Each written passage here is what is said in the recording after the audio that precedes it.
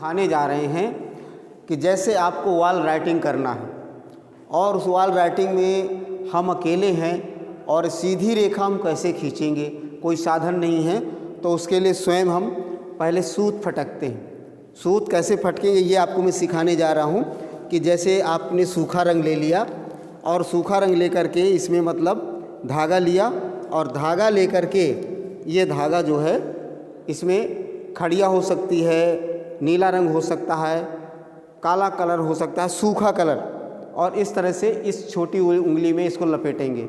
ऐसे लपेट करके हमारा सूत धागा टाइट हो गया। अब हम इसको सूत रेखा खींचेंगे ऐसे, देख रहे हैं इस तरह से, ये छोटी उंगली रख गई और इसको ये दो अंगूठा और तर्जनी से ऐसे हम ऐसे फटकेंगे। ये देखिए सीधी रेखा खिंच गई। हमें किसी दूसरे व्यक्ति की आवश्यकता नहीं होगी जब हमें रेखा खींचना होगा। तो देखिए अब जैसे हमें कोई लिखना है तो इसकी ऊपर की लाइन चौड़ाई ये होगी। कितने बड़े लेटर करना है तो उसके लिए हम ऐसे फिर हम डुबो लेते हैं। यदि हमारा सूखा पदार्थ धागे से छूट जाता है तो फिर हम फिर लगा लेते हैं पुनः और ऐसे करके ये फिर ऐसे पटक देते हैं। तो इस तरह से देखिए सूत फटक करके हम सीधी रेखा खींच सकते हैं। इसी प्रकार जब भी हम लिखेंगे तो अपने मनपसंद अक्षरों को बनाने के लिए ये एक बेस बनाएंगे रेखा खींच करके। अब जैसे मैंने आपको बताया था कि जब हम अपने हाथ को सेट करेंगे तो हम किसी तख्ते पर या बोर्ड पर या धरातल पर पानी से लिखेंगे। हाथों का बैलेंस हमारा अच्छा हो जाए, अक्षर हमारे अच्छे बनने लगे, इसकी प्रैक्टिस करने के लिए हम पानी से जैसे अब ये जैसे हमने ऐसे लिखना शुरू किया, ये देख रहे हैं उसी लाइन पे चल रहा है हमारा ब्रश। और जैसे हम लिखा गोल लेटर पे ये इस तरह से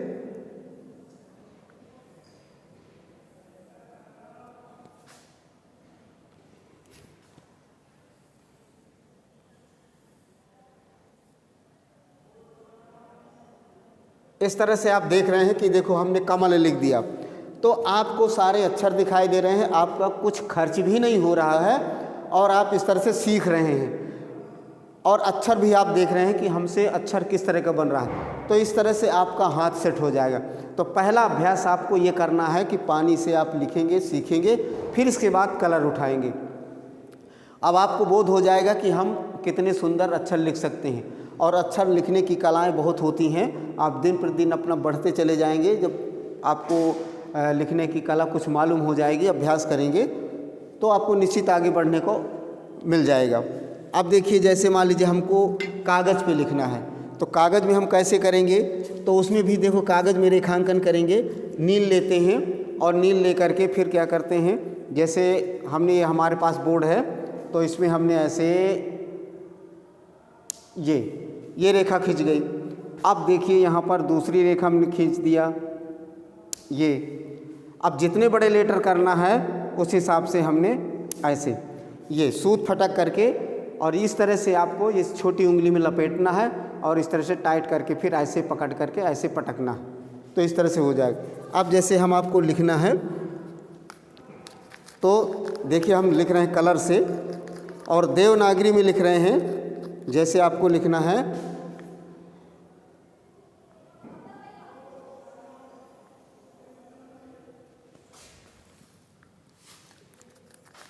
ये रेखा खींच गई। अब देवनागरी लिखना हो तो देवनागरी का कट ऐसे करेंगे, ऐसे ये।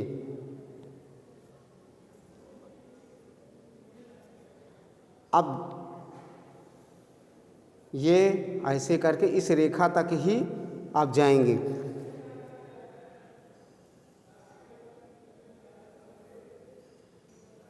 ये का हुआ, वा हुआ, वा से हम का बना रहे हैं ये। अब देखिए चा बनाएंगे, जैसे हम कंचन लिखने जा रहे हैं।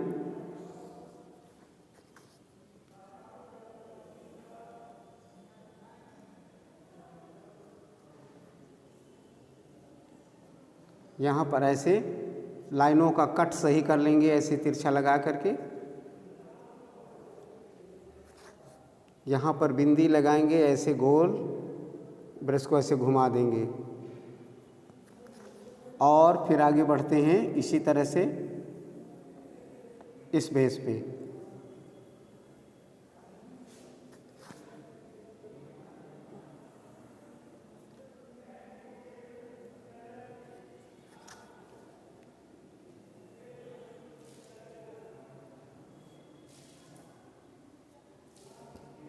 यहाँ से ऐसे कट बना दें। ये आपका कंचन लिख गया। तो इस तरह से आप सूत फटक करके अपना काम कर सकते हैं। तो पहला काम ये है आपको कि हम रेखांकन कैसे करें, किस तरह से। तो ये धागा का प्रयोग करेंगे, कैसे प्रयोग करेंगे ये आपको मैंने बता दिया, और इस तरह से अक्षर लिखेंगे। अब मान लीजिए आपको शेड करना है, तो शेड करने के लिए भी आप सीखेंगे। जैसे मान लीजिए हम कोई पतला ब्रश लेते हैं, पतला ब्रश ले करके इसमें शेडिंग करेंगे, छाया प्रकाश जिसे कहते हैं। तो ये ध्यान रखना है कैसे करेंगे। देखिए इसमें अब हाँ, जैसे ये अक्षर लिख लिया, अब हम छाया प्रकाश दर्शाना चाहते हैं। तो अब मान लीजिए प्रकाश इधर से आपका आ रहा, तो सब परछाई इधर जाएगी। तो ये ध्यान रखना है कि जो पड़ी रेखाएं दिखाई दे रही हैं उनके निचले हिस्से में काम करेंगे, और जो खड़ी रेखाएं दिखाई दे रही हैं उनके दाहिनी ओर काम करेंगे। जैसे ये पड़ी रेखा है तो नीचे इस तरह से।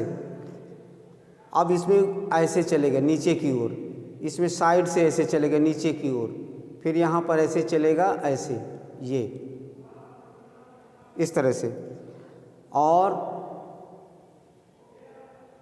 ये का की शेडिंग हो गई। देखिए अब देखिए चापे चलते हैं,